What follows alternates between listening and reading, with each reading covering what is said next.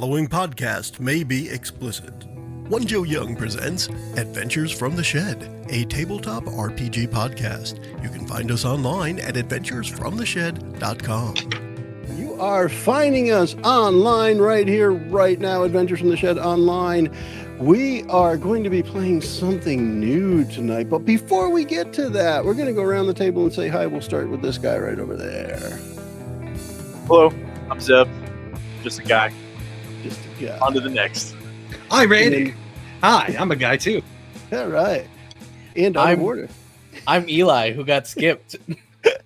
In my order, it kind of, yeah. Sorry, Oh, are we going around? You were forgiven. We still love That's you. all right. And Hey, I'm going to say the best for last anyway. So, hey, Joe. Well, thanks, Randy.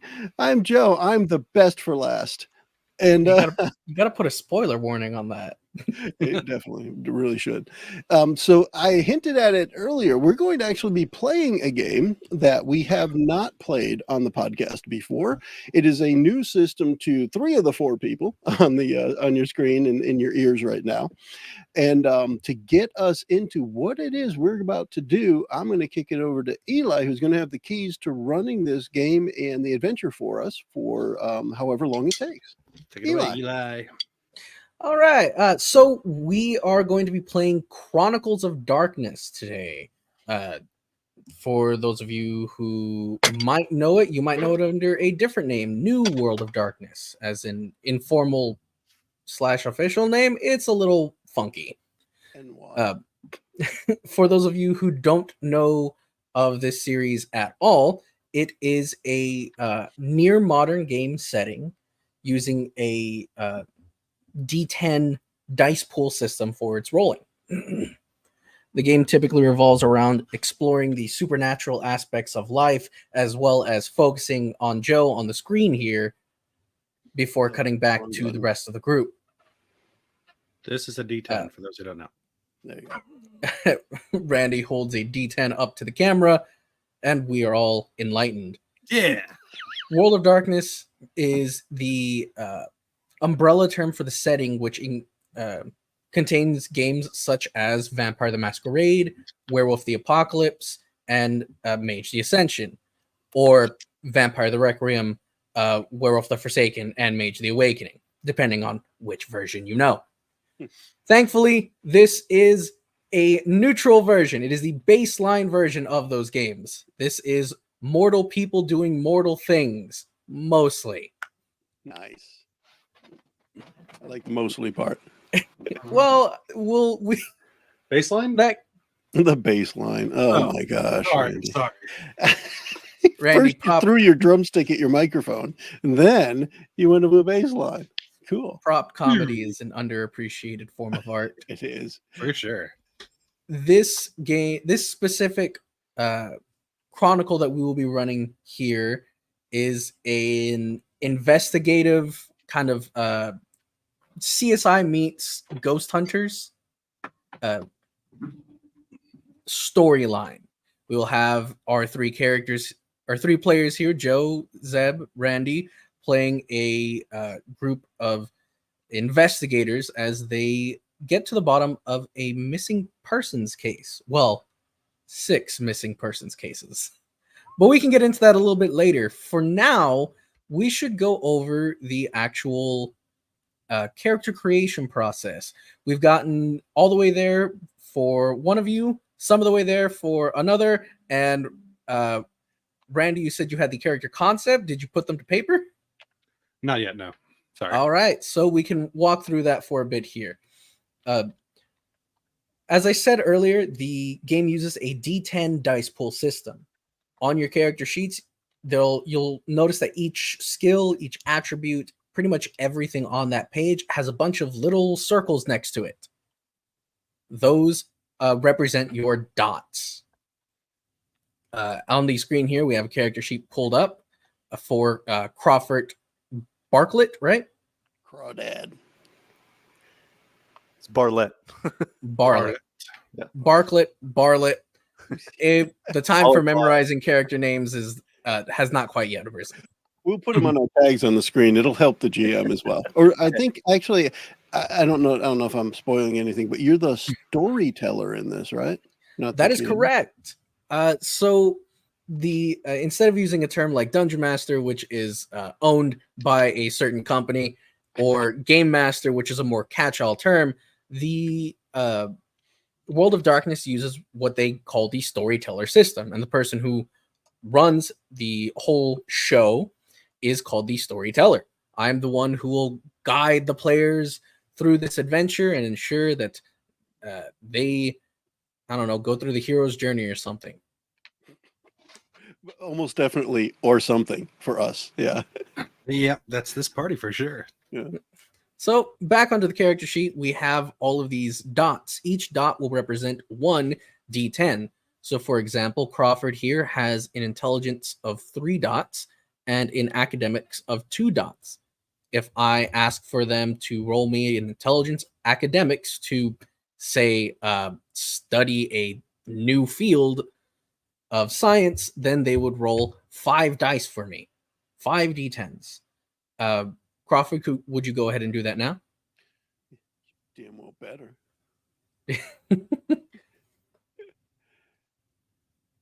So when You have go 0 to- modifiers to this. you have to click the right ones first, I think.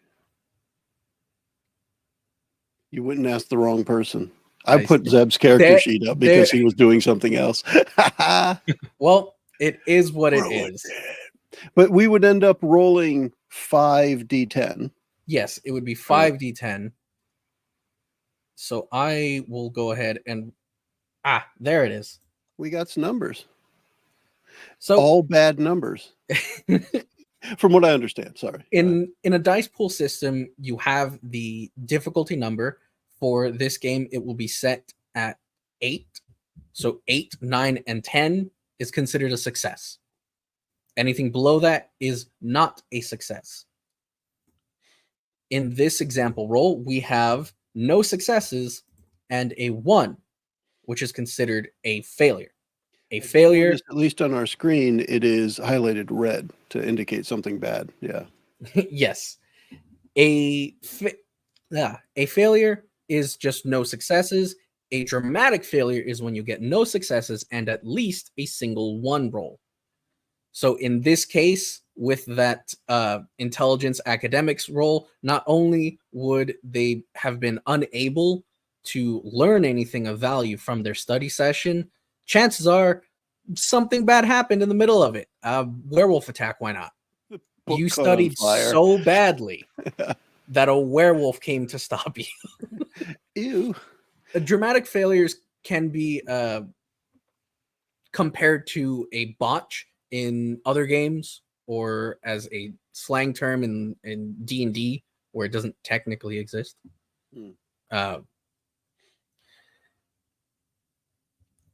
Had you rolled any successes, the number of successes that you got would have dictated the quality of your study. A single success is typically all that's necessary to achieve something. So your study session on a single success would have gone well, and you would have learned something new, perhaps something you could apply to whatever scenario you had found yourself in. He tried it again, Eli, with the same end result. I mean, and I guess maybe this is a good time to look at the interpretation of this. When it isn't a 8+ or a 1, is the number just flat irrelevant? It just doesn't mean anything? Exactly. Okay. So in this case, for both of his rolls, like the first one was a 5, a 4, a 2, a 1, and a 5, means the only one that counts is the 1. And then the second one, 5, 7, 6, 6, 1, same thing. Even though the total was actually higher, we don't care about totals. It's what each individual die has. Correct. Cool. You could boil the system down to D4s because of this. However, D4s don't roll nearly as well as D10s. Yeah. And it's definitely, I like the idea, at least, because it's more of a there's more of that empty spot, like I said, right from the number 2 all the way to the number 7, because those are pretty common for rolls. So most of the time you're not getting a success, and then you only have a 1 in 10 chance of failing instead of like a 1 in 4 if it was a D4. And then you have what 8, 9, 10, that's 3 in 10 chance of a success. Exactly.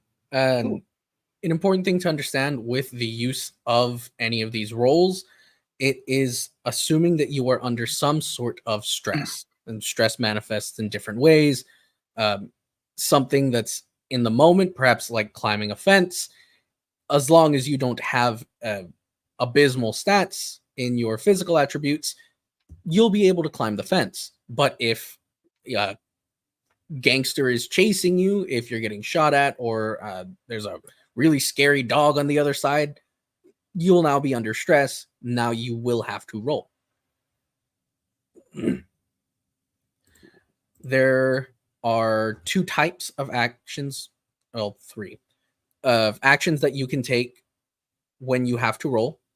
One is your regular action. That's something that will resolve in this instant, in this turn, so to speak. You roll it right now, you get the effect right now.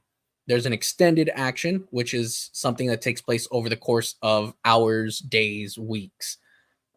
Every extended action will be considered to be under stress because you never know what can happen over the course of a day or whatnot.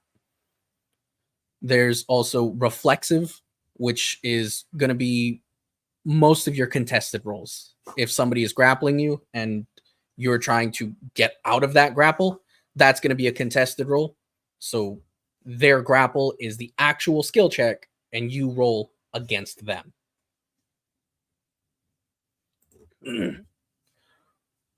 With a basic understanding of the dice being used and what the dots represent, I'm assuming, we can go ahead and move on to the actual character creation. Does anybody have any questions about dice before we move on? It mostly makes sense to me. I think we'll get a bigger grasp once we start rolling too. But it makes sense to me. I also read that something like, I don't know if you're going to apply this, but it said something like 10 again, where if you roll a 10, yes, you can roll it again as long as... go ahead.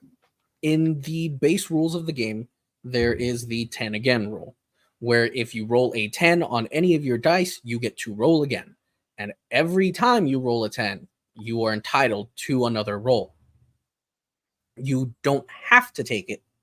The system that we're using right now will automatically apply it, as it's typically in your best interest to do so, but you may not want to. So is it like an only good thing? Like if say you rolled a 10, that counts as one success. Then you roll again, you get a 5, that counts as nothing. Does that then take away your original success, or is it just No?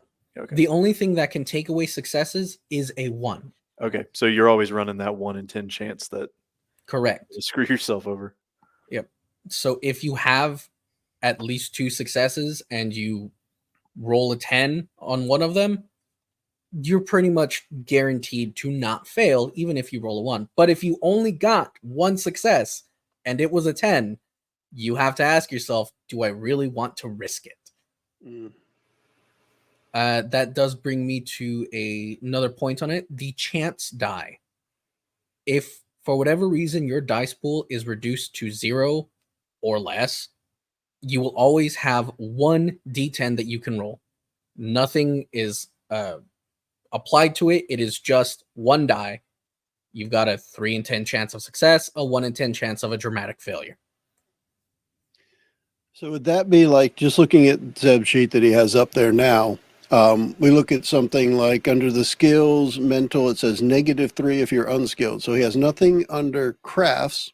So that would be a -3. So say it was intelligence and crafts, it would make it a 0 because he has 3 dots there and the -3 from the skill. So that means he still gets the 1 chance die.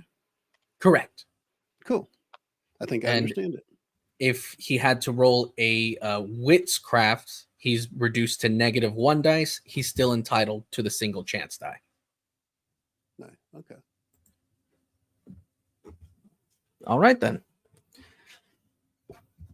So we can now move on to the actual character creation. Zeb, your character here is pretty much good to go. The only thing that is missing at this point looks to be the merits. Merits are a very niche subset of skills. You could look at it as So we'll go ahead and get to that once we get everybody else caught up to speed. Joe, Yeah. what aspects of the character have you already gotten down? So I may actually have the same amount of stuff as Zeb now, because I started to once I understood where to add the dots in and the number of dots to add, I just went and did it. So I think I might be good. Let me go ahead and share mine, and let's see. That would be that one. Share my character sheet. Okay. All right, and I have, like I said, most of the dots are filled in. So I think actually at this point I have all of them. So I had put the first off when creating the character, the first step is I'm sorry, second step is under the attributes. I can put 5 dots, 4 dots, and 3, and I did 5 under the intelligence and 4 or under the first one. I'm sorry, under mental, the second one under physical, and then the third under social. And then I did for the skills, you can add 11, 7, and then 4. I did the 11 under mental, I did the 7 under social, and the 4 under physical. Yep. Everything looks good to me. So then we can go ahead and get Randy caught up. Awesome, because I have barely filled out the sheet whatsoever. That's quite all right. Let's see. Can I open? Is that Isaac? Can I open up Isaac's sheet? No, I can't.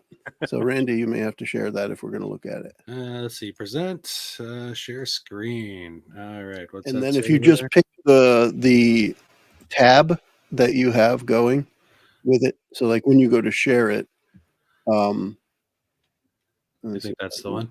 if I can say it right. Yeah, under share screen, if you can find the right tab for Orthus the Keepers, the name of it that he shared. Yeah, it's that one. Okay, share. Yeah. Cool. Okay. Should And be then let's get there that. now. All right. All right. So far I got a random name I made up real fast. Player name, virtue, and vice I chose. And since he's immortal, it said it doesn't really matter. So just choose basically their job is what I saw. So scientist. Your faction here will be BAAC, as that is the group that you are all working under. BAAC. I can put that too. Because we want our is that job back. Is that an actual acronym that we'll know at some point? Yes. Okay. Cool. That will be explained later once we start getting into the setting discussion. It stands for badasses are coming. It's not entirely accurate, but I mean, it's really up to y'all. So, all right. You have name for the character name, player for the player name, virtue and vice. These are used to kind of guide your role play and how your character reacts to stressful situations and interacting with others.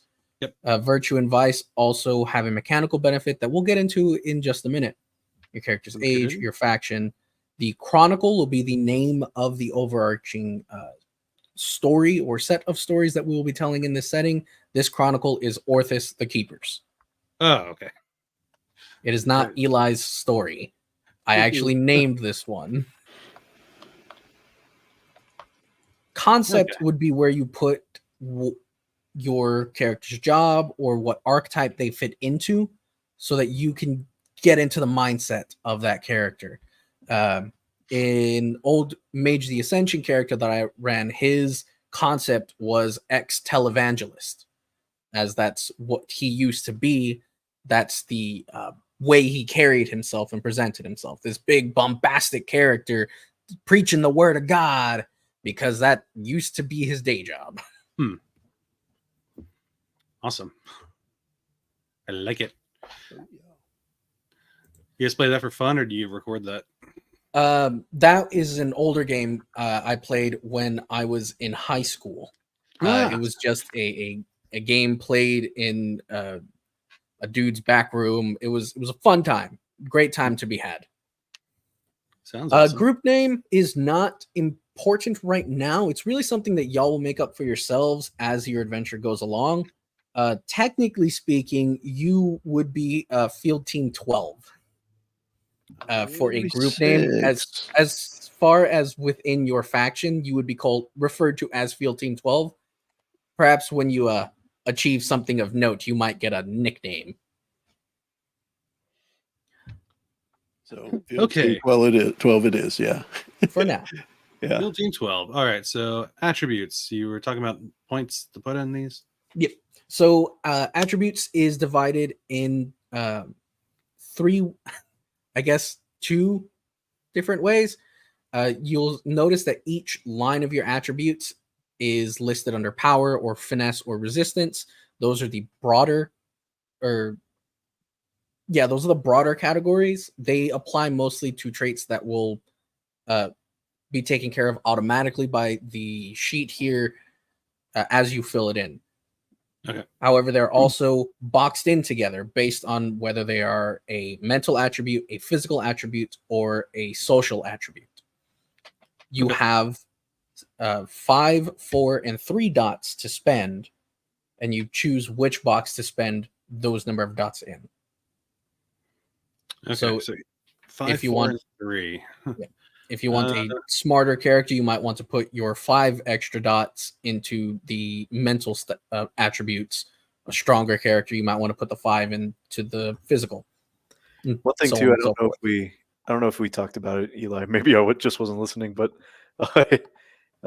if you put 5 points into an attribute or skill, doesn't it cost 2 points? Yes, the 5th at this stage, the 5th dot will cost 2 points. Okay. So you really got to want it if you're going to 5 to start. Yeah.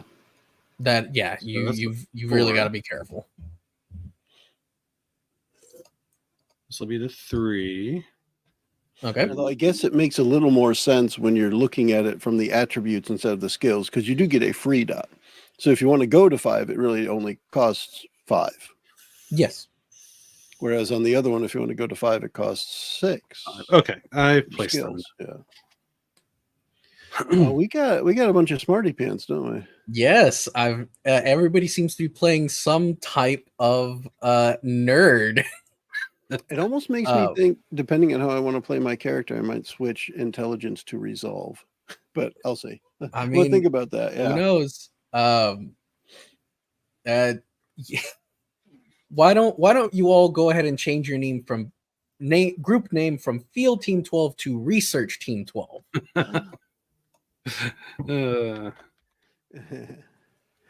They're like, these guys should not be in the field. I mean, technically speaking, you would all still be the appropriate rank to be a field team. It's just you all specialize in something different. Yeah. You boys team lost. Where are you heading? We're heading to the field team. No, you're not. You're heading to the research tent. Go. Damn it. They caught on to us. Now, your skills we can get to. The skills will function the same way that the attributes do, except here you will have 11, 7, and 5 to spend. 4. 11, 4. 7, 4, and sir. 11, 7, and 4.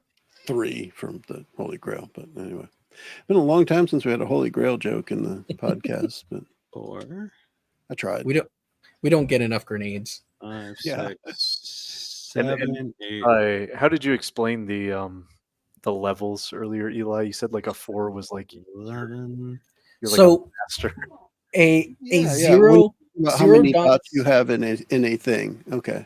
The scale that we're working with, each skill can have up to 5 dots. 0 dots is somebody who has no clue what they're doing in that field. A 1 is somebody who has a passing knowledge. I used off camera an example of for the brawl skill. 0 means that I've never thrown a punch in my life, but a brawl of 1 would mean that I know how to throw a punch. I know how to not break my fingers. I know I need to, twist my hip to get power in it, but I wouldn't know any proper form, any real techniques. Then going all the way up to 5 dots is the peak of human capabilities. You cannot get any higher than a 5. So long that you're human. So And then, If it was like strength and brawl and you had a lot of dots in strength, then you just have more and more chances of succeeding at whatever it is. Correct. Right. With Crawford, he had a 4 in drive when we went over the character earlier. So a 4 in that specific skill would represent a professional stunt driver, or at least somebody of that capacity. Nice. Somebody, a stunt driver in a Fast and Furious movie. Yeah. That's what that would be. Whereas if you have no dots, you're Vin Diesel in a Fast and Furious movie. Okay, hold up. You think he knows how to drive? No, he probably has 1 dot in driving. I would give him that. I ain't about to be throwing any shade on my boy Vin Diesel. All right. I respect the Chronicles of Riddick too much. How about The Rock then? I was gonna say he was an Iron Giant. He destroyed himself for us. You put some respect on his name. I guess I probably should have said, instead of the stunt driver, the actor would be the one with the 0 or 1 dots. Yeah. Without naming an actor. I'm sorry. I went there. That's fair enough. In the drive skill specifically, 0 dots would mean you just don't know how to drive. I, in real life, would have 0 dots in drive. I know how a vehicle functions. I know push a pedal, make it go. I don't know how to drive. It's a long, thin one on the right, buddy. You slam on it like the small one on the left here? Why is it so far removed from the other pedals? Clutch? What? I'm not going to clutch it. I'm going to push down on it with my foot. You stupid? I'm going to stomp on it. Why is it the stomp pedal? Every brake is an emergency. Exactly. That is what 0 drive means. Every break ends in a break. Oh. All right. So now that you have your skills sorted out, the skills section will end with specializations. So you have 3 specializations that you can dictate for your skills. A specialization is a particular field within that skill that you are that you have an affinity for, that you practice just a little bit more than other areas. The specializations are really up to you. You will decide what they are, what is covered by them, but they do have to be fairly niche. If I have an NPC in a different game who has a really high persuasion skill, and I chose one of his specializations to be gaslighting, as that's how he works that. But then something like I don't know, empathy wouldn't be a proper specialization, because you can put empathy into pretty much any application of the skill. So let me see if we can come up with something, at least one for mine, because of how I had been thinking of my character. I want to actually, let me share that again so we can see my sheet as I'm saying it. How do I unshare mine, or do you just? You don't have to. I got it. Okay. I can just switch it, and we can leave yours there so that we can just put it back up on screen whenever. Okay. But for mine, the way I wanted to play my character, like I was saying before we started recording, the concept I came up with was oblivious engineer. He never really cares about what's going on, but he can always fix stuff that breaks. So my thought there was intelligence was important and science was important. So I put the 4 on intelligence and 4 dots in science, because to me, at least, the idea would be he fixes things without realizing he's fixing them, because he kind of intuits the science of it. So I'm trying to think of like a specialization that might go with that. Mainly for me, at least, I put dots in computer and occult. And again, my thought was, if it runs on electricity or supernatural energy, I'm like more inclined to be able to fix it. So okay. What would you think like might make sense as a specialization for that? With the description that you're giving me, I've got 2 points of advice for you here. Sure. To answer your question directly, I would recommend a jury rigging specialization. If you can always just get it working again, it doesn't really mean you got it working the right way. I'm So I w- almost thinking because I wanted to focus either on electrical or spiritual, so I'm almost thinking like electrical improvisation hot or wiring. electronics improvisation, right? And the second point that I would advise you to do here is take points off of science and put them into crafts instead, as So that crafts makes will more be sense. handling any sort of repair skills. Okay.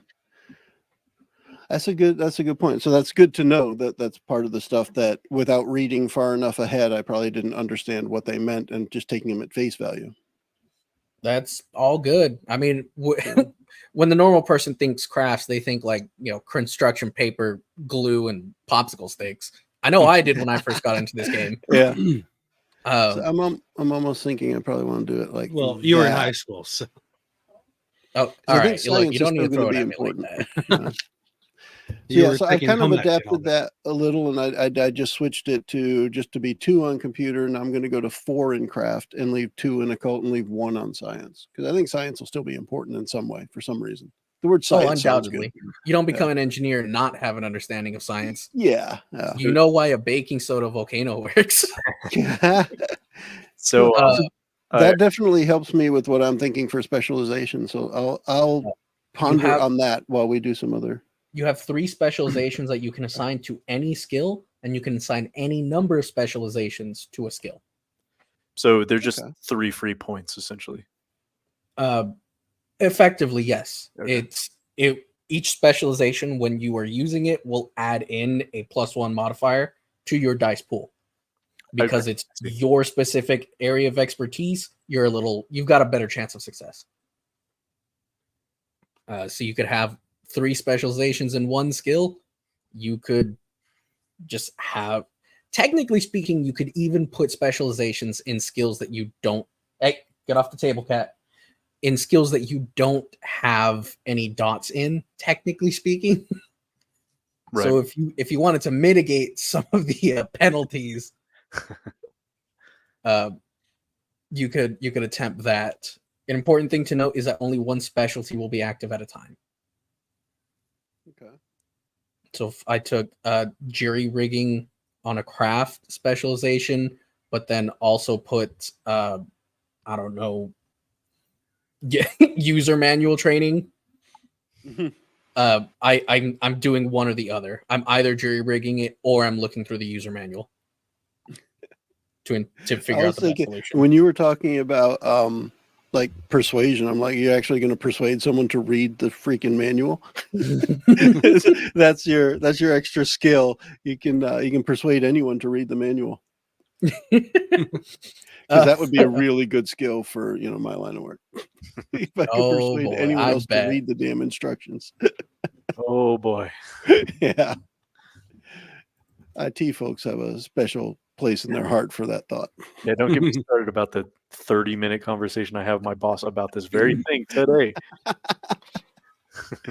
Powers of persuasion.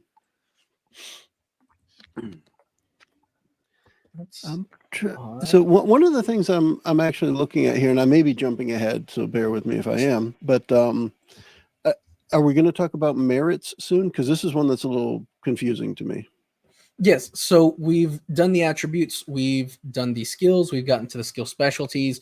We don't have a supernatural template to add, so we'll skip that step. Now we'll go to advantages. Most of the advantages have been taken care of by the Roll20 sheet, which we're using. I do see that on Randy's sheet, your health looks a little too high.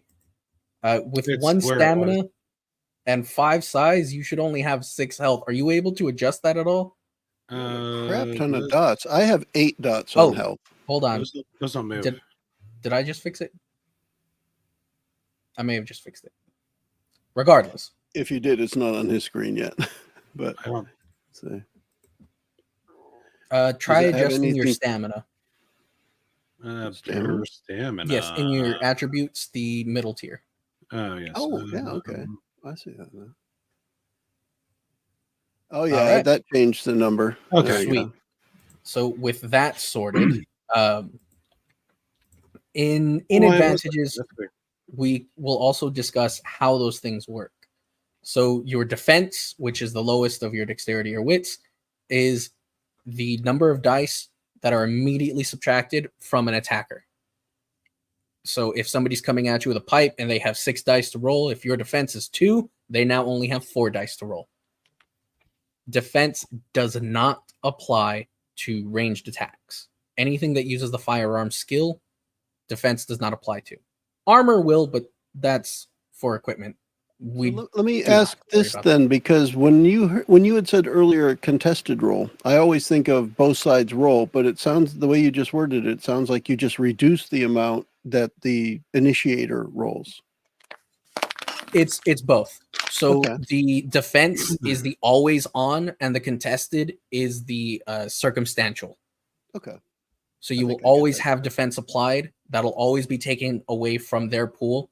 And if an action calls for a contested roll, then any successes you get will also reduce. All right. Health. The health system in this game is a little fun. So you'll see you'll have anywhere from 5 to about 7 health. That is, of course, your actual physical health, how functional your body is. When you start taking damage towards the end of your health bar, you'll start incurring penalties to all your rolls. -1 die, -2 dice, -3 dice. If you're put to aggravated damage beyond your final health point, you die. That's it. Game over. There's just nothing else. There are 3 damage types. There are bashing, lethal, and aggravated. Bashing damage is anything that's just meant to make contact, anything that's supposed to hurt you just because it hit you. So think a sledgehammer, a fist being thrown against a wall. Lethal damage is going to be anything that is intended to puncture the skin. Any sort of blade, any firearm, being impaled on something. That is going to be lethal damage. I hate when that happens. Aggravated damage is, you can think of it in one of 2 ways. 1, massive trauma. 2, something that you would need a doctor to treat. Think being set on fire. Think chemical burns. Having your soul torn asunder by a mage who decides you don't get to live with your soul anymore. Aggravated damage is the rarest type of all. So it's not something that we'll really have to worry about. But mechanically speaking, each damage type will heal at its own rate. Bashing is you heal 1 per 15 minutes of in-game time. Lethal is 1 for every day of in-game time. And aggravated is 1 for every week. That's not to say that the after effects of the wounds aren't there, but just that your body is now functional to the point it was before the injury. Like a chemical burn is still going to have all that, raw skin and, prone to infection, but I'll be able to swing a bat just as good as I used to. That's what health is supposed to represent and how it heals up. Is there like quick heals, like stim packs or bandages or anything like that that is part of mechanics? No, you can increase the rate at which something heals with a proper medicine roll, but that is assuming that you have an environment that isn't hostile to the wound healing, as well as having the proper tools to do so. Okay. If it could also be used to mitigate the penalties of certain wounds. So if I said, "Oh, you've been cut open, you've been disemboweled," you now have a -3 penalty to all physical rolls. If somebody with the medicine skill is like, "All right, can I like patch him up? I've got thread, I got a needle, I'll stitch him." There's a table in that alley back there for some reason. That's where crafts comes in. Yeah, Stitch it back together. You could use a medicine check to remove the penalty for a scene or 2, but you will still have the health loss. Okay, Uh, that's cool. the only quick heal type things is going to be like super drugs or magic. Oh yeah, and they're indistinguishable from each other. Yeah, really and truly.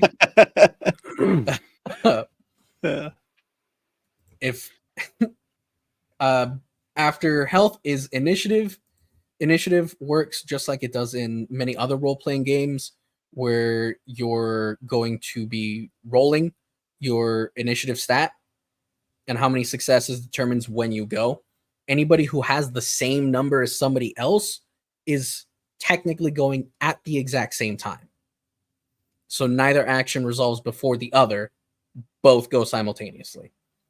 That's especially important for things like damage over time effects or special gear or magic effects. As far as how we'll handle it, we'll still go in a turn order, but in the resolution of these effects, they will happen at the same time. After initiative, we have morality, which is one of the more interesting stats. Morality is your I don't want to say how good of a person you are, but that's really what the game presents it as. It's a stat that shows how willing you are to show compassion, obey the law, do the right thing. A morality of 7, which is what you guys are all at, is the average person. Someone with a morality of 7 could reasonably rationalize stealing a loaf of bread for somebody else because they're hungry, knocking out a dude who's getting way too aggressive with your friends, breaking somebody's headlights so they get stopped by a police officer because you know they're gonna do something fucked up if they get to their destination. Cool. Something where it is a harmful act, so to speak, but it is always to somebody's betterment, is gonna be within morality 7.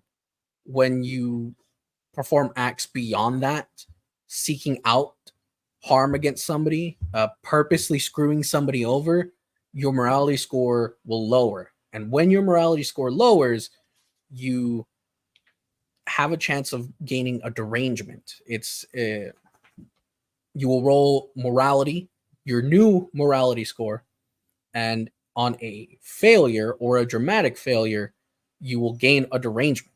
Derangements typically don't have mechanical effects. They're all about how you role play your character. If as a derangement I gain a phobia, it is now my responsibility as the player to role play that how I would be interacting with that phobia if it comes up. If it activates a flight response and I'm supposed to leave when I see I don't know, fucking blood everywhere, it's gonna feel a little trash because you're now can't really participate in the scene, but you have that active phobia because as a consequence of your actions. It is something that is supposed to shape how the game turns out. You know what? If I wasn't as fucked up as I was, I don't think I would have abandoned my friends there. And I think that's something I need to work on. That then allows you to seek redemption, to raise your morality score back up. And you can, of course, go above 7 if you are actively seeking to do good things in the world and help people out. Morality should not be a big deal, at least at the start of this chronicle. Morality usually kicks in towards the midpoint, as that's when people have had time to really understand their character and what they want from them, a better understanding of how to play them. And was somebody about to speak up there? I was jokingly about to say, so I'll start with 2. And Oh, you do not want to start with 2. I will start with 11. I'll start with 2 if Joe's allowed to start with 9. No, that's not how that works. Nah. After morality, we'll go to size. Size is just 5 for most human. If you're a particularly big boy, like, oh, I want to be some, homegrown corn-fed motherfucker, then your size may go up to 6. May be explicit. Yeah. That's really a conversation to be had with the storyteller at the time. Hey, I want to be this big guy. I think it works for this character concept, or I want to be this itty bitty boy. That's something you'll have to speak with and get the go ahead on. After size is speed. Speed is the number of yards that you can move in a scene. It's not really important for the way I run things. There's really no need to measure it. If it's within eyesight, you can usually get there over the course of a turn and still do something else. It's really going to matter in things like chase scenes, though. Cool. That's what I was going to ask. If it really comes in, like if we're chasing something and it has a speed of 12 and none of us has a speed of 12, we're not going to catch it. Not necessarily. Chase scenes have their own sets of rules that introduce obstacles that could reduce somebody's speed or improve somebody else's speed. But for the sake of this chronicle, speed will really only come into play during chase scenes. Cool. Or if you're trying to get as far away from something as possible. After speed, we've got willpower. Willpower is going to be one of your most important stats here. Your willpower score determines how many times in a session you can force a success. It is you pushing your body, your mind, your soul to its absolute limit to achieve something. It's probably mostly going to be used in combat, as that's kind of the high stakes, high stress scenario that you would need to really invoke a willpower roll, but you can do it on any roll. You spend 1 willpower point, it gets marked off. You get 1 extra die to reroll, or 1 success, whichever is more appropriate at the time. When you are out of willpower, you don't incur any mechanical penalties, but as far as role play goes, you will be fatigued. You'll be exhausted mentally, emotionally, and physically. It's in a role play scene, it would be appropriate for your character to not be engaging in really much of anything. Kind of a sensory overload kind of deal, where everything just kind of needs to stop and you need to just reset, because that's really what needs to happen. This is where your virtues and your vices come into play. In any scene, if you indulge in your vice, you can restore 1 willpower point.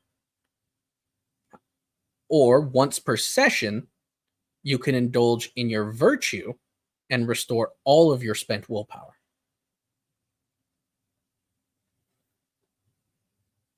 Indulging in your vice too often could result in your morality score lowering. But raising your morality back up will always be role play. Joe, you look a little confused. Is something the matter? It's not. It's that I'm thinking through how would I use this as you're doing it, and confused about how my character would do it so far. I'm thinking through character concept, and I get what you're saying, and I'm trying to apply it to how I think I'm going to play the character. Just my thought process, and that's where the confused look came from. How am I? So where you're describing, you use this, and you can use this to recover that, and I'm like, how can I be a sloth to recover something? Like, and that's and I'm just thinking through that. So Just lay on the couch. yeah, exactly. I mean, everything resolves itself eventually. All you've got to do is sit around. You guys go do it. I'm not doing it. Yeah. there's there are a few ways to do it. An important thing to remember about virtue and vice for the sake of willpower is you're pretty much always going to be making your case when it happens. When you want to do it, when you think you can do it, that's when you'll ask me, hey, I would like to do this. And I'm playing into my vice. I'm playing into my virtue here. Do I get my willpower back? And that's where I'll do the, you know what? Yeah, that makes sense. Or I really don't see it here. Yeah, I'm just piecing together how the pieces may work based on the way I want to play my character after hearing from you how the mechanic is expected to work. That's the confused look, and I'm sure I'll carry that with without or throughout most of this episode as I'm trying to figure out this character. I don't know how I'm going to play it yet, but I know how I want it to come out. So that's figuring it out. Alrighty, that goes through willpower and by extension virtue and vice, which were next. Yeah. Does anybody have any questions on your advantages before we move on? Anything to clarify? No. 9. All right. And with that, we can finally move on to merits. So you have 7 dots that you can spend in merits, and the 5th dot in any merit costs 2 dots to purchase. Merits are a way to really what is it that wargamers call it? Add greebling to your character, where you give them that extra detail, that sharpness to it. I hadn't heard that. That's kind of interesting. Merits are divided into 3 categories: mental, physical, and social. Each merit, well, not each merit, but many merits have their own specific requirements. And I have the book itself does tell you where to reference for the specifics on each merit. That'll be chapter 5 in that book. Chapter 5. If you already had an idea of something that you wanted to add to make the character more fleshed out, but you don't know which merit would cover that, now would be the time to explain it, as I might be able to point you in the right direction. So for me, at least, I haven't read the chapter 5 yet, but just reading that section where it's like mental merits, physical merits, social merits, they just have dots there and words, and I'm like, all right, what does that mean? And I don't know if it would help if I had actually just gone to chapter 5 to read it. But... Yeah, it's really fleshed out in Okay. chapter 5. My question is, so do we just pick the amount of merits until we get to 7 dots? Correct. You don't have to spend all 7 points, but it is a use it or lose it deal. Yeah, because like, so Joe, like some merits like ambidextrous, that's 3 dots. So that's 3 out of your 7 dots if you choose that one merit. If you choose brawling dodge, it's only 1 dot. Okay. Yeah, I think that based on the look of this, it will take me some time to get through some of it. There's quite a few. Yeah. There really are. That should be the final thing to really go over character creation. Beyond that, it should just be equipment, which is not going to be as relevant here, as most of the equipment that the book lists is either specialized tools that you might have access to, or firearms and armor, which you definitely don't. Like maybe between the 3 of you, there's 1 gun. Research Team 12. Mm-hmm. We got clipboards. Yeah, like you've got a couple of 3 subject spirals, 2 binders, a kitty backpack, A classic composition journal. Yeah. So this may be, mentioning the firearms, this may be something where I can help myself at least clarify when you were talking about your skill level. So I chose, after you had talked about having no dots is essentially you don't really know how it works, and having 1 dot is you kind of know how it works, so you got a good idea of it. So I put 1 dot in firearms because I want my character to be able to pick up a pistol, know how to turn the safety off, remove the magazine, reload it, but not a marksman or anything. Like I just don't want to be lost when I find a gun somewhere. Does one Yeah. dot make sense there? Yes. One Okay. dot would absolutely cover that. It would one dot would mean that you understand the basic safe operation of any firearm that isn't like hypertech. Okay. It would But technically mean that you also, know how to point and shoot, but that's kind of so ingrained in our Yeah, cultural knowledge at this point. It Right. really And I'm thinking make sense point now. and shoot, but not necessarily hit because I'm not practiced in it or anything, right? Right. And that's Yeah. reflected in the number of dice that you have. Only Cool. one in firearms means you don't really got a good chance to hit. And anything past like 10 yards, I mean, you're lost. But I can pick up because I have one dot. This is the way I'm thinking of it too. Is like if I wanted to intimidate someone with a shotgun, I would know how to pick it up and rack the slide, the pump action, the kind of thing Yeah. to make it look like I know what I'm doing. But then I would point it in the wrong direction or something, right? But That's where you would that's where I would call for something like a manipulation firearms. nice, Since the shotgun is supposed to be a big part of that. cool. All right. That's one of the things I really like about the storyteller system is the flexibility as well as the specificity that you could have. Because if you want it to, like, you wanted to do an intimidation like that, yeah, you can still use your social attributes. You're just using firearms instead. Or I want to use my sheer physical presence. I want to show them. Then that would be I would roll it as an expression or a persuasion for a skill, but then use any of your physical stats. Like that corn-fed mother you were talking. Yeah, that boy. That's none of us. So Corn. Randy, I noticed here that The other one I'm looking at is language because I'm not sure if it makes sense for my character yet or not. But language, it says language 1, 2, 3. That means you choose how many dots you want to put into language. Yes, you must specify the language that you're familiar with when you purchase it. 1 dot is you can read, write, and speak it, at least to a conversational degree. 2 is you are completely literate and effectively fluent. And 3 means that you are practically a native speaker. Okay. What's up, Eli? I noticed you've got your merits selected. Yeah, I think I'm happy with that, but I'm looking over them and I'm trying to fully decide if that's how I want to go. Yeah, I would say we still have just- your sheet on the screen, Randy, so we get to see what you're doing, and Eli gets to comment on it in real time. Yep. I would just say to make sure that you fit the prerequisites for them. For example, disarm, it has a prerequisite of dexterity 3 and weaponry 2. Do you have those skills? I see nothing listed on merits for that. What page is the full one on? Because this only tells me 8 dots. It has to have.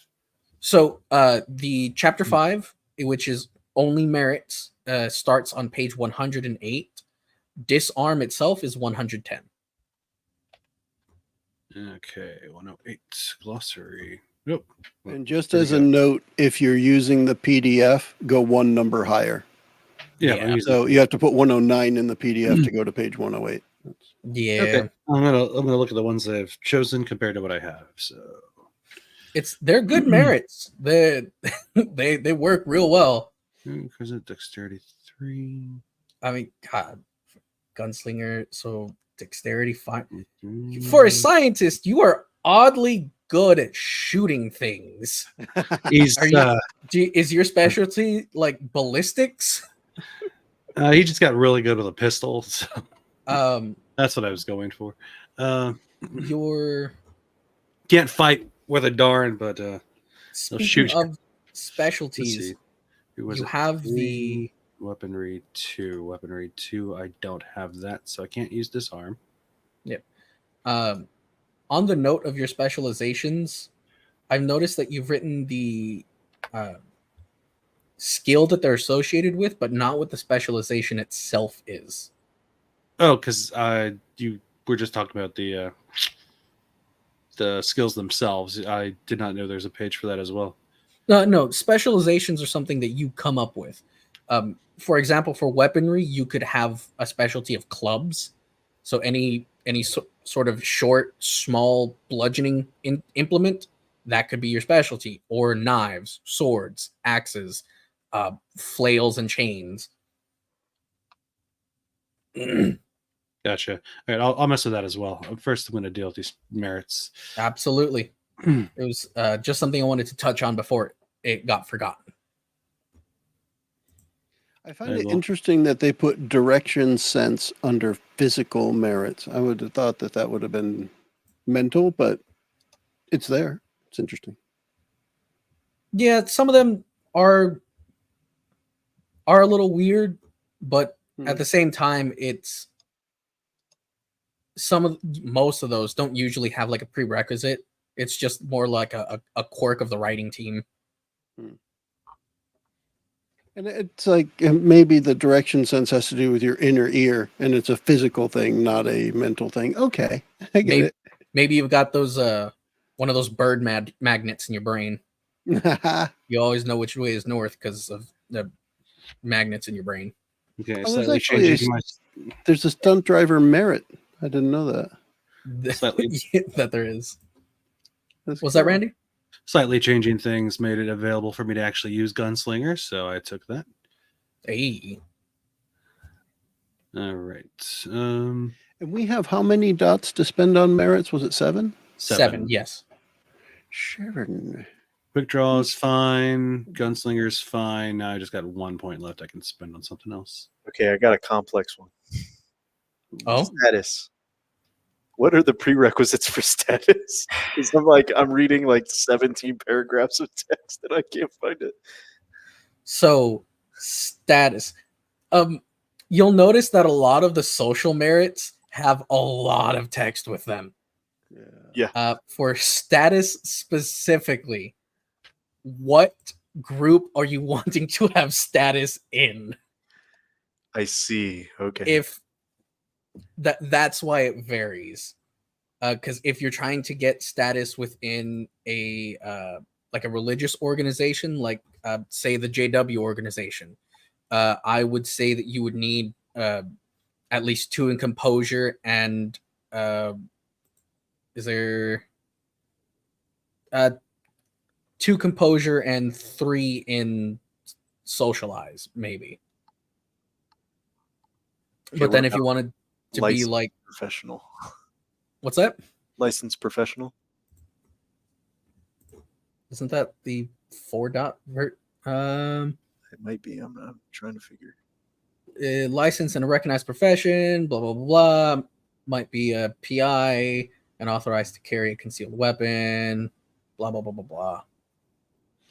blah. The prerequisites for a licensed professional are you have to have the academic skill specialty law, so if you're a PI, or science skill specialty demolitions if you're a building contractor.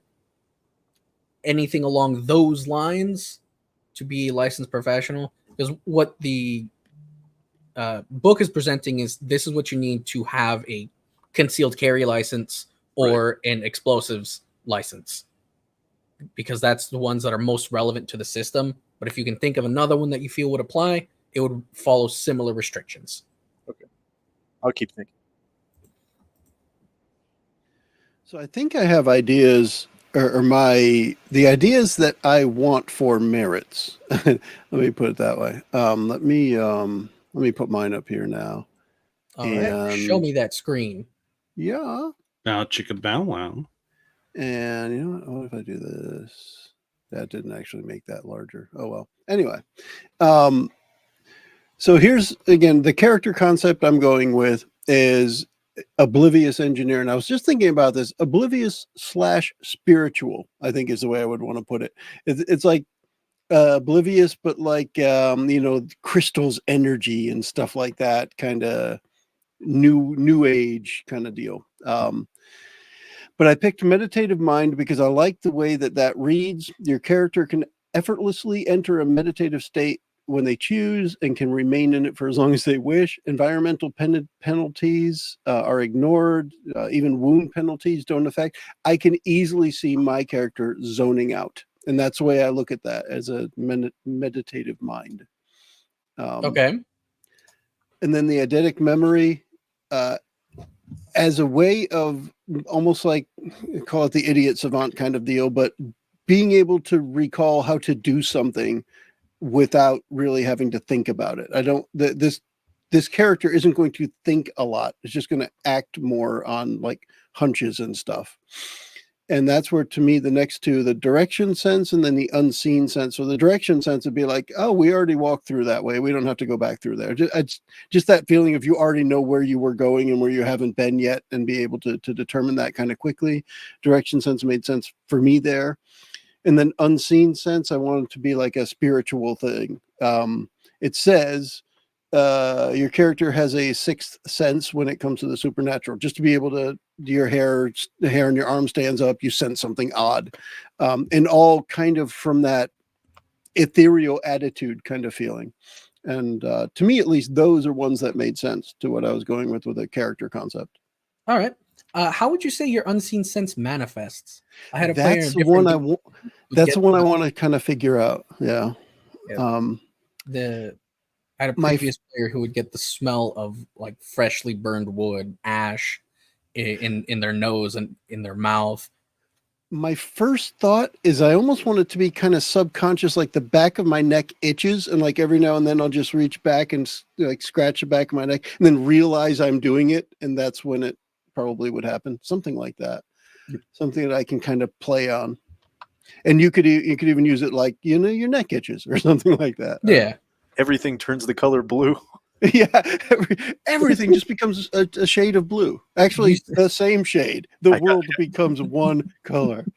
I get dog vision whenever something supernatural is going to happen. Guys, I'm seeing red. All right, man, you need to just calm down. No, I'm literally seeing red. I hear they make glasses for that. Not that kind. The more I think about the characters, I want them to be more instinctive than thinktive, right? I don't have to think about stuff. It's going to be more like the things just happen.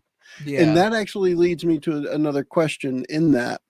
When it comes to that, does intelligence as like the highest number of dots for my attributes, does that still make sense? Or is wits or resolve a better option for that? I don't know, because I don't know enough about where these things fit to know what might make more sense for that style of character. So wits would be your best bet if you want to just move both points, but I would say that wits and resolve equally contribute to that. Okay. So I think it's probably, for my character, it might make more sense to, go down to two dots for intelligence. Is intelligence really going to come up the way that I've described it? For the way that you're intending your character, it shouldn't, but it is important to remember that there are things that you will need to pay attention to, that you will have to actually think about. And that's where intelligence will be coming into play. Okay. So I think for now, it might make more sense to do it what I just did. Just leave 2 on intelligence and then do wits and resolve both at 3. That works. Okay, cool. Randy's got his hands up. I'll step aside. So I'm having a hard time thinking about a specialization to list for intimidation. All I could think of was like maybe like fearlessness or crazy eyes or something like that. That would I don't know. How to so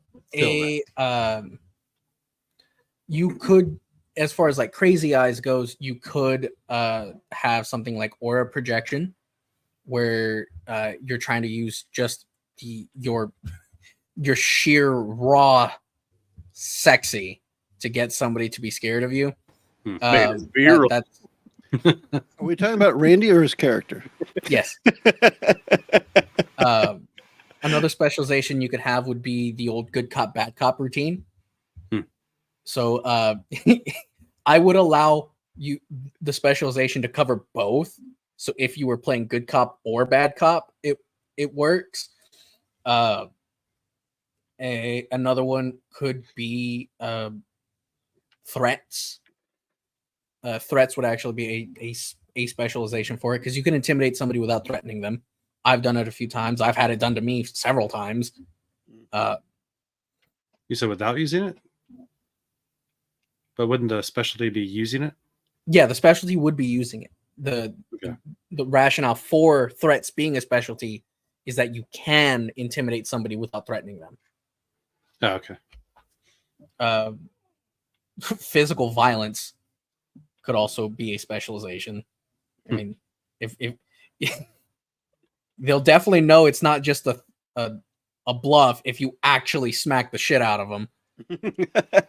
Well, my guy carries around a surgical blade all the time, and yeah, I think he's going to use that and like the whole anime trope with the reflection on the glasses, and if you do see his eyes, the insane face.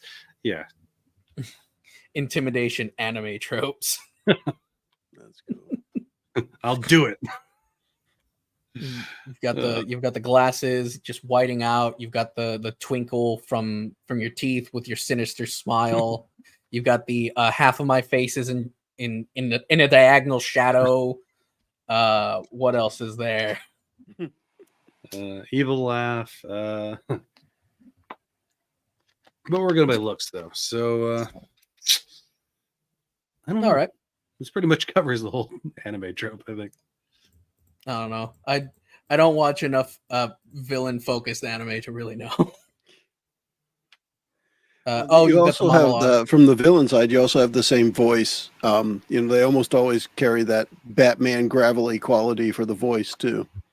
Ooh, the voice switch, the code switching. So has everybody then settled their merits? Yeah, I think so. I took. Where am I? There we go. You're in your chair at your house. What? Excuse me? Yeah, it's Rick Moranis. That's what my character looks like. I see. All right. I chose encyclopedic knowledge. I figured my character is a super bookworm, being a subatomic physicist. All right. I also chose eidetic memory because that just seemed to fall into the same kind of trope as like he just knows everything. He's a know-it-all. Okay. I chose fast reflexes just to round myself out a little bit, because I am Rick Moranis. So when I shrunk those kids, I had to, he was hanging and everything from the. How quickly I had to dodge the law, let me tell you. You are also Dark Helmet. Don't forget that. Of course, yeah. His reflexes weren't too great. No, they weren't. See, my guy is a chemist. So we have a quantum physicist, a chemist, and an engineer. My God. Yeah. This is a spiritual engineer, man. I will say that my one specialization that I could think of was I was a yoga expert. And that's a specialization for what? For athletics. Okay. What about passions in life? What about for some of your higher skills, investigation and science? I think science is a clear specialty. Quantum mechanics. Yeah, I guess so. Yeah. Perhaps with your bookish nature, investigation could be all-nighters. Yeah. Anytime you have to pull an all-nighter, you get your bonus. At least for the investigation skill. I'm gonna write down some notes. Give me the answers. A funny side note for me, at least, when Zeb just showed, he's got Rick Moranis as the avatar picture there. I was actually thinking of keeping mine as the generic avatar. If you look at the top right of his screen, I still have the generic avatar thing, which is just like a purple pawn. And my thought is, I almost want to keep that because I want my character's actions to be memorable, but not the person. Nobody ever remembers who this person is. It's just a plain normal person, but they remember that guy that was there fixed that obscure thing that was broken. So I'm almost thinking I might actually not pick a character look because I want him to be very forgettable. Yeah, he was a guy. He just use the emoji of just a man. Yeah. There was in more in the different splats, which is to say the different supernaturals versions for the game, like the extensions, mage, vampire, werewolf, mummy, etc. Those almost always have a merit that is the opposite of the stunning looks merit or the fame merit in this game, where instead of being easy to recognize and getting into places that you shouldn't because people know you and like you, people have difficulty remembering you and what you looked like, what you wore. I'm willing to do a 2-dot merit for forgettable, we'll call it. It would require that you would have a low presence. I actually gave myself a higher presence because I thought more of that as when I read presence, I thought of it as being present, not presenting oneself, right? Being in the moment is the way I read that. That's that's a valid way of reading that. And I do intend to use presence as that way, like in that way. Like, yes, I'm here. I tend to make changes in this situation for whatever it is.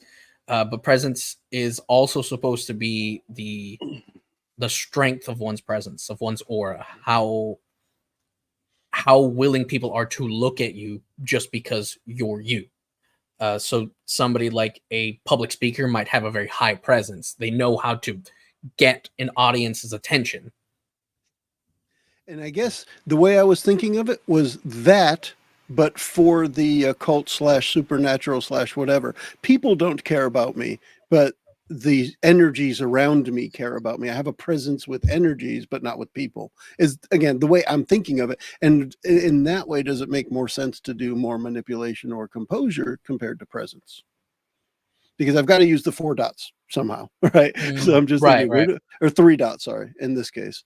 So right now I put 2 of the dots on presence and 1 on composure. I didn't do manipulation because I didn't feel like I wanted a character that did something like manipulation when it comes to the social aspect of manipulation. I wouldn't manipulate people.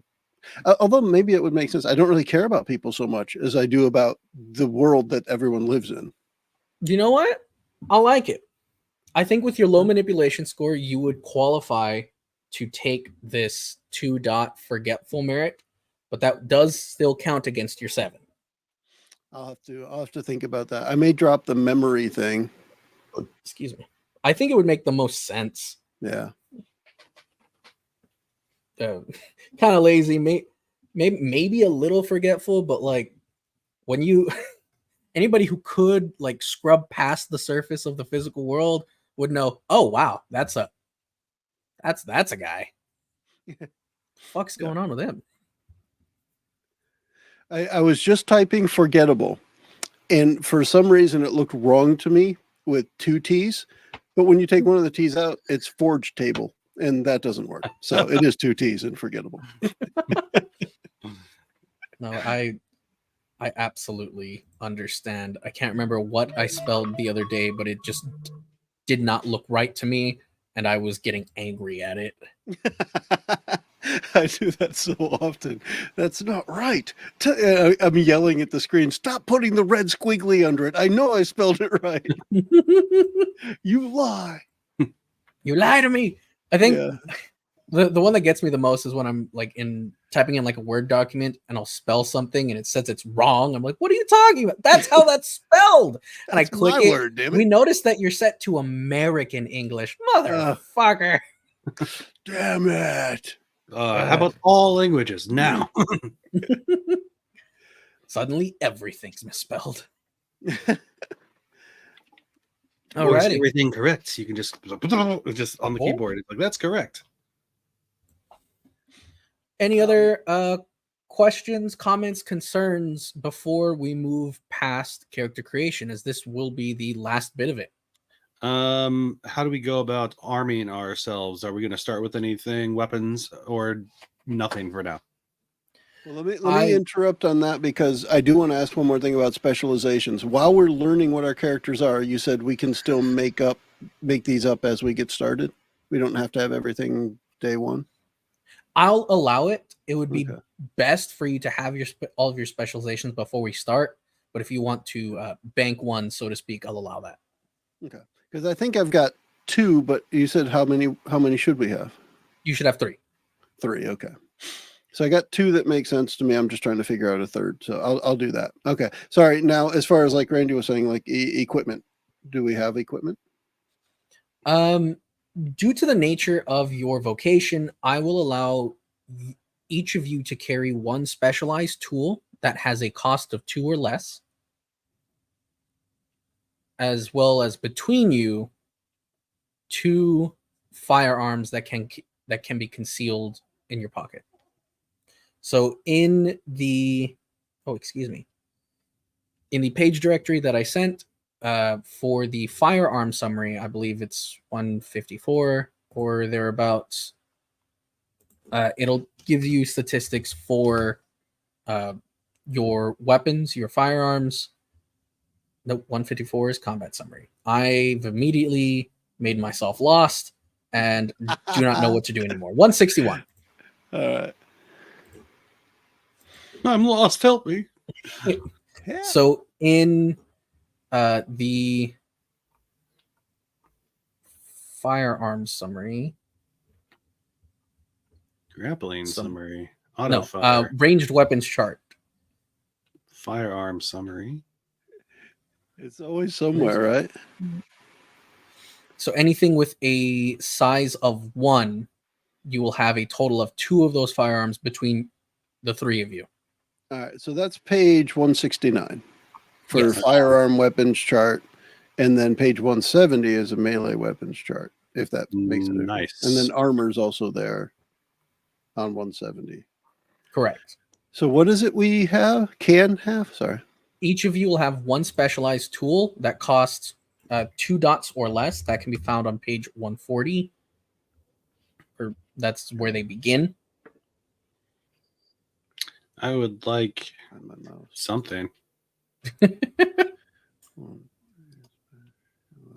And you said 2 dots? Is that what you said? Sorry. Correct. And then what about the weapon part?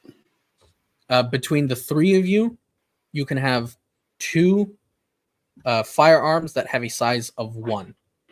So that Okay. will I really would not carry a firearm. Sounds like Randy's character definitely would. Yeah, it Zeb would, would but I don't maybe have the strength carry? for it, so I got to change stuff again. Zeb, would you carry a firearm? I wasn't thinking so, but I can if that's Well, I can necessary. say my character definitely would not carry a firearm. Would use one, but would not carry one. Yeah, I have nothing in firearms, and my strength is 1. So All right. they I would be know. issued to you by the BAAC as a self-defense implement. All right. Now I can hold a fire. my character is more of a mace or pepper spray. I would like a light revolver if that works. All right. So you will have to make note of that on your character sheet that you have a light revolver. You only had a strength of 1? I Wow. think we all did. Fucking We all started with a nerds. strength of 1, but according to this, if you have a lower than the minimum strength, you have a -1 penalty. Correct. So it's not like you can't use it; you just have a -1 penalty. It's just harder. I'm going to leave my strength at 1 because I don't plan on using a firearm, and when I do, a -1 penalty will work. I am actually looking at the mace. It doesn't have a cost on it. Correct. So how does that work? I can just have that. It would be your one specialized tool. Okay. All right. Cool. So a specialized tool includes weapons? No. I'm considering the weapons separately from the specialized tools. Well, the reason I say that is because a mace is on the weapons chart. It's talking like spray mace. Oh, all right. I thought you meant mace as in the mace that's on the chart. No. Oh no, that's in the melee weapons. In the I'm specialized tool, reading it. It's like mace metal, and it has no cost, or it didn't list a cost. So all of that matched up to what you were saying. But Nope. yeah, So the melee weapon mace does have a cost. It has a cost of 2 dots. Oh yeah. I understand now. I keep thinking sometimes when I'm looking at this that the cost that's like asterisks, but it's dots. Yeah, Understood. Whew. it can be a bit funky, especially if you're looking at like a smaller screen or a lower resolution screen, and it doesn't make it a circle. So aside from the specialized tool and the firearm, was there anything else that you said we get to start armor? No armor to start. Okay. You wouldn't be issued any sort of melee weapon. So you, as far as like notable equipment, you have your specialized tool and the firearms. Beyond that, you will have each of you a backpack that has basic sundries, a couple changes of clothes. Excuse me. You have your own smartphones. Where do we find the specialized tool at? 140. Yeah, 140 is where they start. In It Yeah, just it's says automotive. equipment. It doesn't say specialized tool if you're looking for that headline. Oh. Yeah, it's equipment. Climbing gear. It says Joe Young is a specialized tool. Damn right. I know I'm what sorry. I'm doing. There's no line through specialized. You're just a tool. Sorry, It's just a tool. Joe. Yeah. I'm trying to find something, Eli, that would go along with the stuff that I don't know, thought of for my character, and I'm not seeing anything. Maybe survival gear, because I think Flashlight. survival flashlight. Just a flashlight. You gotta have the if you're fixing machines and stuff all the time, you got the flashlight Yeah. in your mouth. And that's what I was looking for, because the first thing on the list was automotive tools. I'm like, cool, other tools. No, it's either automotive tools or no tools. Where do the specialized ones go anyway? Do we put that with our weapons, or where is there? There's no box for that. So I found on the character sheet, if you look at the top, you're on page 1 when you're looking at your Oh. character sheet. If you click page 3 has stuff in there like gear and equipment. I see. I got lucky clicking around. I clicked mentor. I should probably add a mentor. Alternatively, what you could do is put in other traits the item and then fill in the dots for what kind of bonus it gives you. That's a good point too. Yeah. I'm Yeah. torn between first aid kit and silencer. Totally different specters. It's silencer has a cost of 3, unfortunately. That's true. Oh, I see. First Yeah. aid kit. First aid kit it is.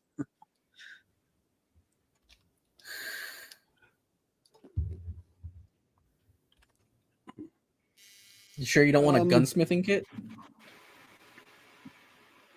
So I guess Yeah, gunsmithing kit Oh. costs 2. Tools helpful in cleaning, maintaining, repairing firearms. Yes, that's what I would definitely choose. so. With the automotive tools, would it be all right to use that for fixing things that aren't automotive as well? I mean, could just treat them as general tools as well, or is there another way to handle that?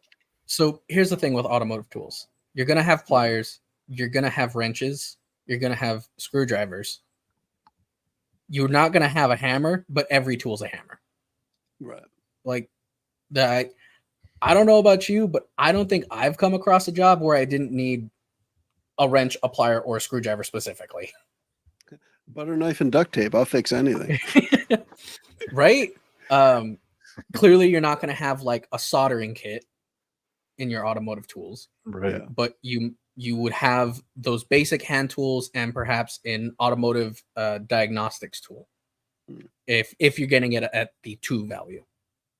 So you have decent tools. You would still have your 10mm socket. Yeah. Paid think- extra. You've got a few of them.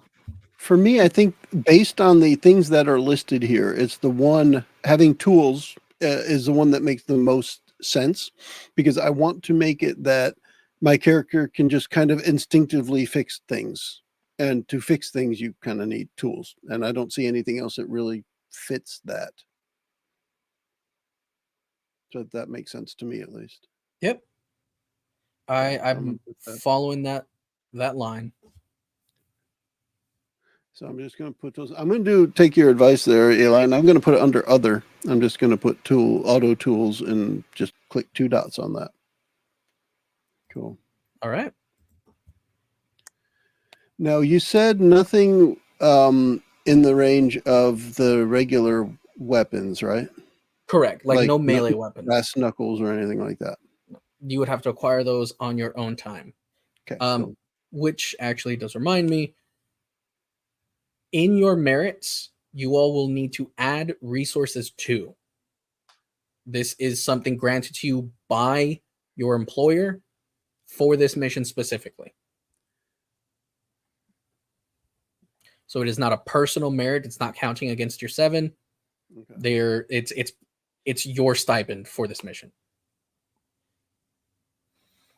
The way the resources background works, you can afford perhaps 2 or 3 items of a cost of 2 in a single month.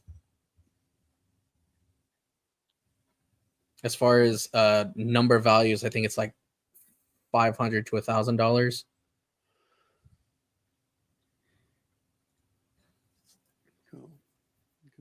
I'm sorry. What's going in the resources again? You will have a merit of resources 2. 2. So if you find something in a chart that has a cost of 2, you can get 2 or 3 of those in a month.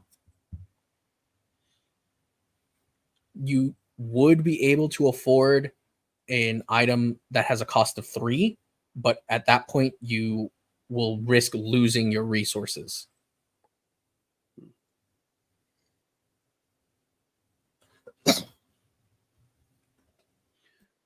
Neat. I'm looking at like the armor chart, and I think it's interesting that they put archaic in there, so you could actually have leather, chainmail, or plate armor. Yeah, which is yeah. What I find funniest about that is because of the way it's organized, you could have somebody equipped in like a Greek bronze breastplate, and it's just as strong as a late medieval steel breastplate. Nice. It's metal. It's just the same thing. Yeah, that's cool.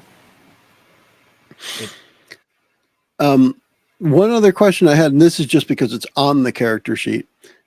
Experience. How's that handled? Like, what does it actually mean in this game?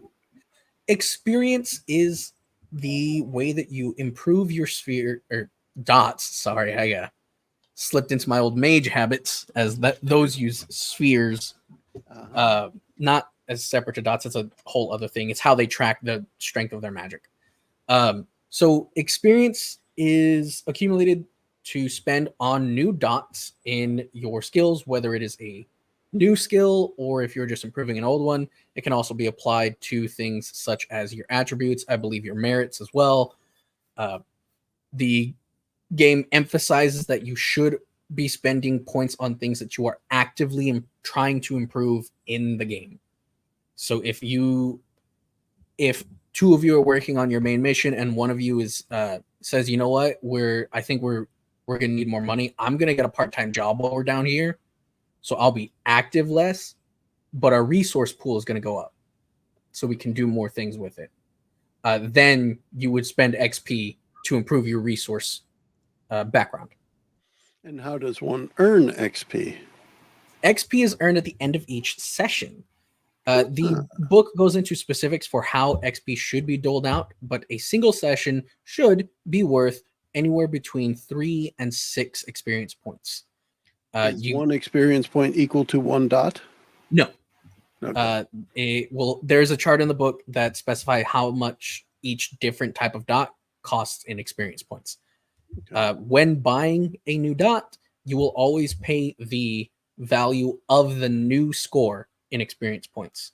So if something costs 3 XP per dot and you want to go from 2 dots to 3, you're going to spend 6 experience points because that's your new value. Vroom, vroom. Car go fast in the background. Yeah. We got a stunt driver here. Why not? typically the only things that will be improved at the end of a session if you're spending XP is going to be your skills. Attributes will usually be at the end of what the game calls a story, which is a major plot point. It like if there's a gang war going on and you resolve that gang war, that would be the end of that story. That's where the game recommends you improve like your attributes or your merits if it applies. Chronicles, the end of Chronicles is really where everything is fair game. It's like, you know what? Yeah, just spend them how you like. By the time you get to the end of a Chronicle, you've probably racked up in total over 100 experience. Your mileage may vary depending on the length of the game. But that's the way it's supposed to scale. If a single session is 5 XP, the end of a Chronicle should be about 100 XP. All right. I guess also part of what I'm thinking there is that based on your actions during the session? I mean, what actually means you get an experience at the end of a session? So you'll always get one for showing up. And I know you said it's detailed somewhere, but I'm just looking for summary. Yeah, sorry. You'll always get one for showing up. You'll get another for participating in scenes regularly. You'll get another for playing to your character. That's where the 3 baseline come in. Okay. You'll get extra if you role played particularly well, if you advance the story in a specific way, if you met your goals, if you didn't meet your goals, but you made a concrete plan to do so in a later session. Those will also add extra XP. I also like to add in my own specialized categories where best scene and who gets the XP point for that. Funniest scene, who made me laugh the most. I dole that one out. And then just because I like you, where the group will talk about everything that's happened in the session and decide, you know what, I think with everything that went down, I think you deserve the extra XP. Like the extra stars at the end of Mario Party. Exactly. You know what, you got the most XP this session, have another one. You collected a bunch of coins. There you go. In fact, we stole some XP from everyone else. Here, have it. Yeah. Cool. That should take us to the end of it. The actual sheet, the mechanics, the getting everything sorted section. Is there anything like personal effects or anything that actually make a mechanical difference? Or is it just like if you wanted to have a family heirloom something, is that something that actually has an effect in the game? Or is that just, you can play off it kind of thing? That's something that'll have a personal value or a sentimental value, is something that's really just going to be giving a role play opportunity. As far as the mechanical benefits that something would give, it would go to whatever it is most akin to, or we would have to have a discussion about that specific item. And on that note, are there, for lack of a better term, because we're familiar with the D&D stuff, are there magic items in the world? Like, can I get the +10 Vorpal Sword of Demon Slaying or something? Right. Nice. That's where we get into discussing the setting of this chronicle. As you all are playing members of a research team for the Bureau of Anomalous Acquisitions and Containment, a pseudo-government organization whose primary purpose is to find, catalog, and then remove any unusual items or phenomenon. Other people would call it supernatural. Y'all just think, okay, yeah, this is a little funky. We need to get some scientists on it to figure it out. That is the basic premise. Your characters understand that there are weird things about the world, but nobody would call it magic. Nobody would say oh yeah, this is clearly a wand of fireballs. It's too far outside of the realm of possibility for you all, because remember, in this setting, it is a near modern world. Science as we understand it is just as we understand it. There's nothing extra, nothing else out there. You just have a job of finding anything that could be out there, things that aren't understood yet. As far as finding magical items, that's your whole job. If you don't report something, though, I mean, who knows? It's not like they're really shelling out the big bucks for any of this. And you said it's pseudo-governmental. It's a private organization, though? This is a private organization. It is a very secretive group. We work on government contracts or something? That's what's assumed. Okay. Nobody in your ranks, the lower ranks, really understands how the organization works. All they know is that you get paid, you have what's usually a fun job, and if anything happens to you on the job, you're pretty well taken care of. You're just not allowed to talk to anybody about whatever the fuck you do. The running joke is that every member of the BAAC is a park ranger, because you're always going to be in these weird out of the way spots, and you're always going to have some authority. So if somebody's there, you tell them, "Hey, you need to get the hell out." Well, who the hell are you? I'm park ranger. Oh, okay. That's the running joke, because so many other agents use that specific alias that now everybody's just kind of adopted it. And if you're Joe's character, who is Sloth, he's a part ranger. Oh. Yeah. Wah, wah. Randy doesn't get the made Eli laugh the most this time. Not this session. And I will, on that note, I will not be doling out XP for this session. Oh, man. it. Somebody to reach level 2 before we even play. I'm going to make a new character then. Yeah, same. If you want to go through the effort, that's on you. It's definitely back on me. He's going to crush you all. So the rank structure of the BAC, which you all would be familiar with, goes as such. There are ranks.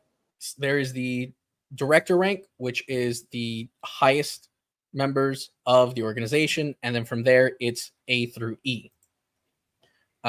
Rank E is the lowest rank. It is interns, maintenance staff, and any other lay workers within the bureau, people who are not in the know, so to speak. So we are rank F. No, you are actually rank D, the next rank. Ooh. This rank is reserved for field team members and research aides. So anybody that goes out to do any of this stuff is rank D. Anybody who stays to help the people that are figuring out the things that got brought back is rank D.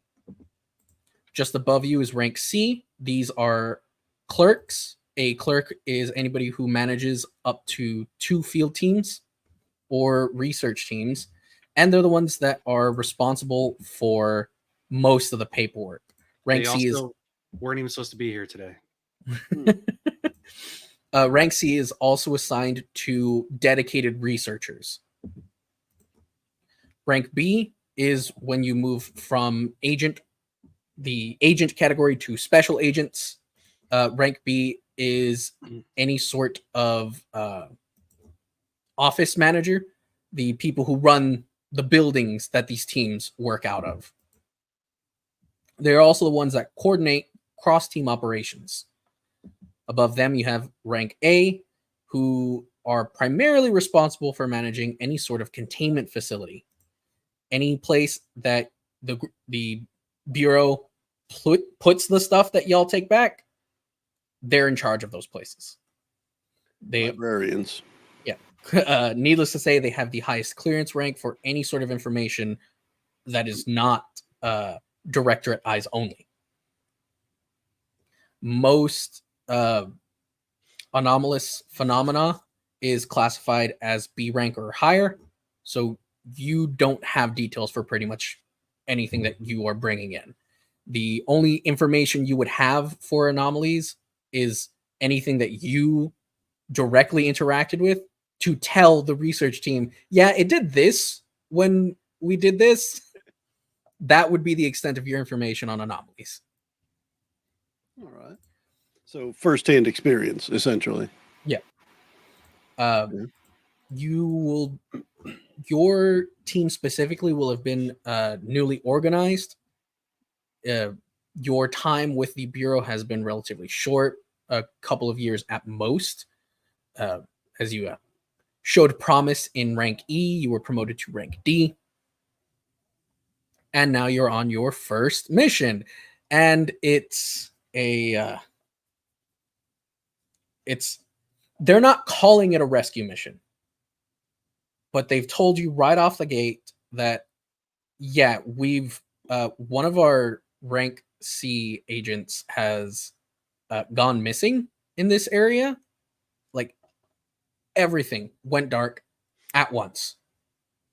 His phone, his laptop, his little fitness tracker watch, all of that just gone in an instant.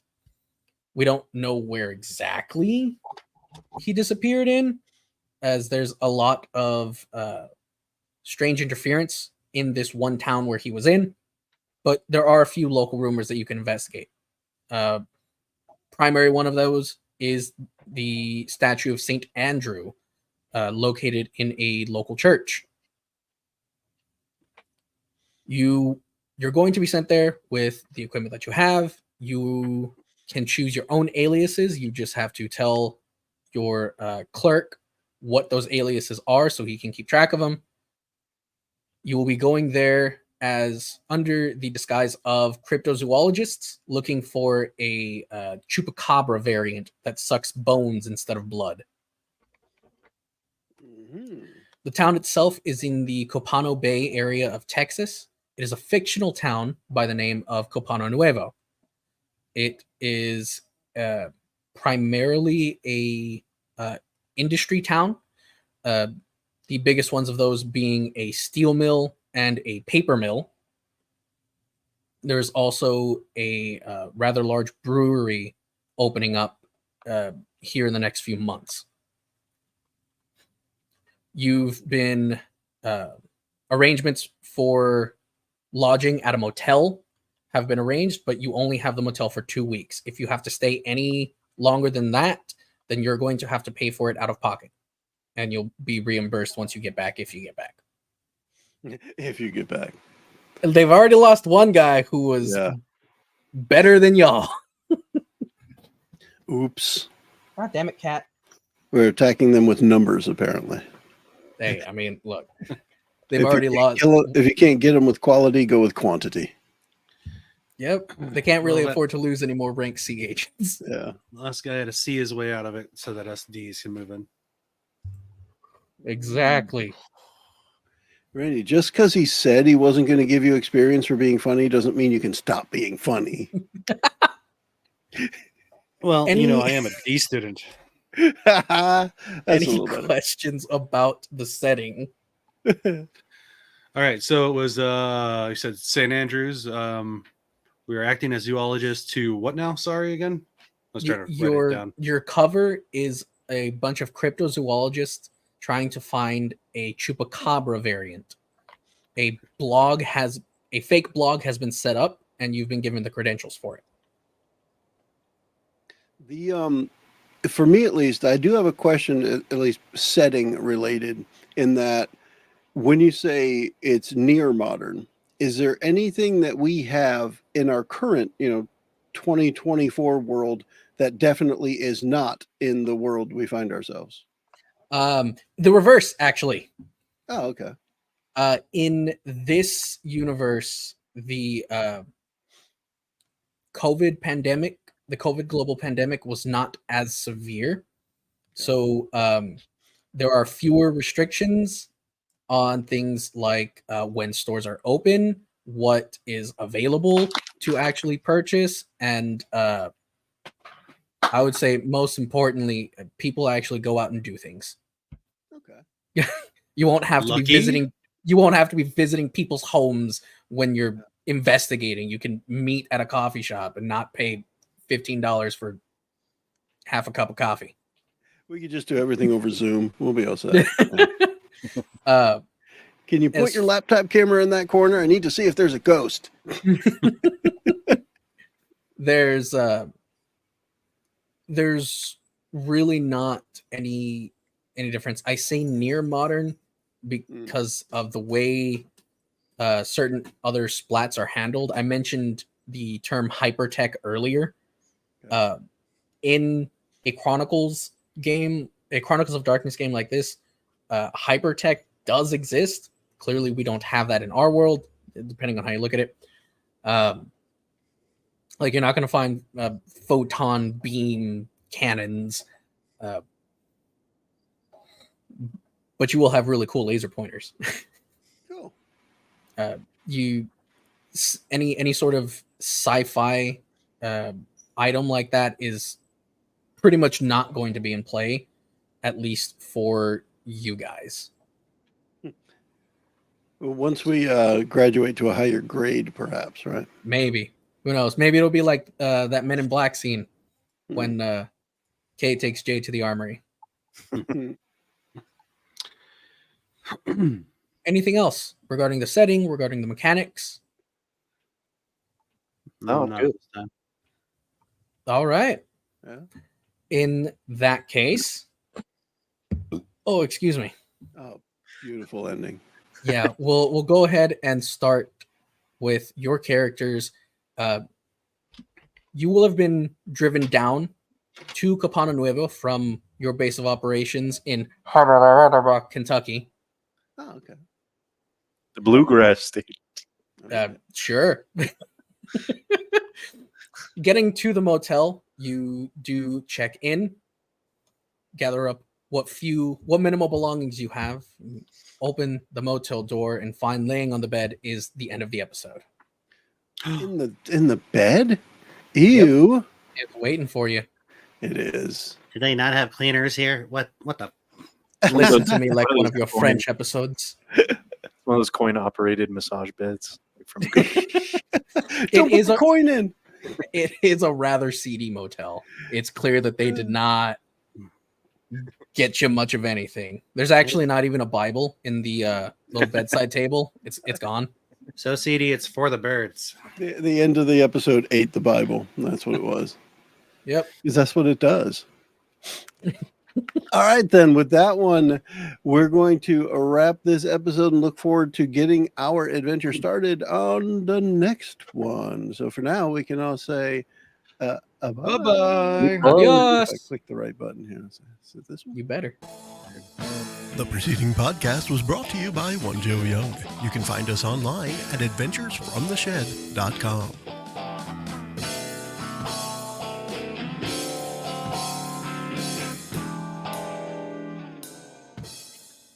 I'm excited for our game in the world of darkness.